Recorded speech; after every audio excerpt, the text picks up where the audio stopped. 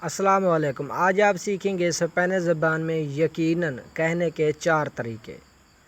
پہلا ہے کلاڑو کے سی، کلاڑو کے سی، کلاڑو کے سی۔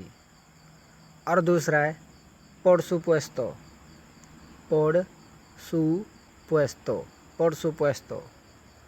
اور تیسرا ہے como no، como no، como no۔